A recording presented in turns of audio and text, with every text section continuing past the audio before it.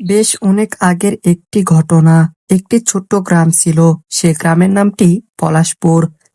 এখানকার সবাই একসাথে মিলেমিশে বসবাস করতে খুবই ভালোবাসতো। এখানকার সবাই মাঠে কাজ করে তাদের পরিবার চালাতো। এই গ্রামে থাকতো একটি ছোট্ট পরিবার, রামু ও তার মা। রামু ও তার মা ছিল অনেক গরিব। রামু মানুষের বাসায় কাজ করে তার মায়ের দেখাশোনা করত। মা, ও মা, বেলা গড়িয়ে তো অনেক হলো, কিছু খেতে দাও মা।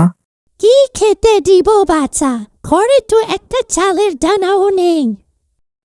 বলো কি মা, দাঁড়াও আমি দেখছি কারো বাসায় কাজ পাওয়া যায় কিনা। এই কথা বলে রামু সেখান থেকে চলে যায় কাজের উদ্দেশ্যে। রামু কাজের জন্য এদিক ওদিক ঘুরতে ঘুরতে চলে আসে মোড়ল মশাইয়ের কাছে।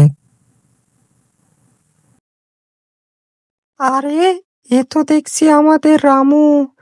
কিরে রামু, কোথায় গিয়েছিলি এই ভর দুপুর বেলায়? কি আর বলবো মোড়ল মশাই, ঘরে একটা চালও নাই, তাই কাজের উদ্দেশ্যে বের হয়েছি। বলিস কি রে রামু, তাহলে যে তুই আর তোর মা না খেয়ে আছিস, আমার কাছে অবশ্য একটা কাজ আছে, করতে পারবি তুই?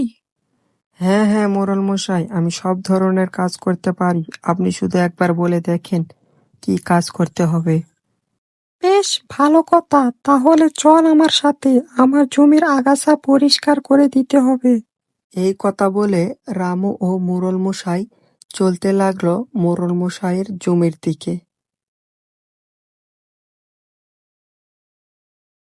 এই নে রামু, এই জমিটা আমার।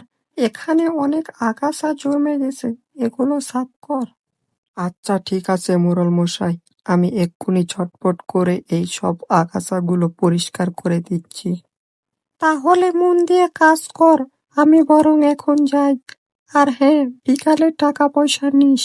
রামুকে সকল কাজ বুঝিয়ে দিয়ে মোড়ল মশাই তার বাড়ির দিকে হাঁটা লাগালো।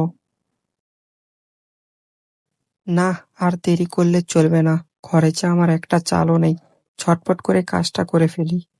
এই কথা বলে রামু মোড়ল মশাইয়ের জমিতে আগাছা পরিষ্কার করতে লাগলো।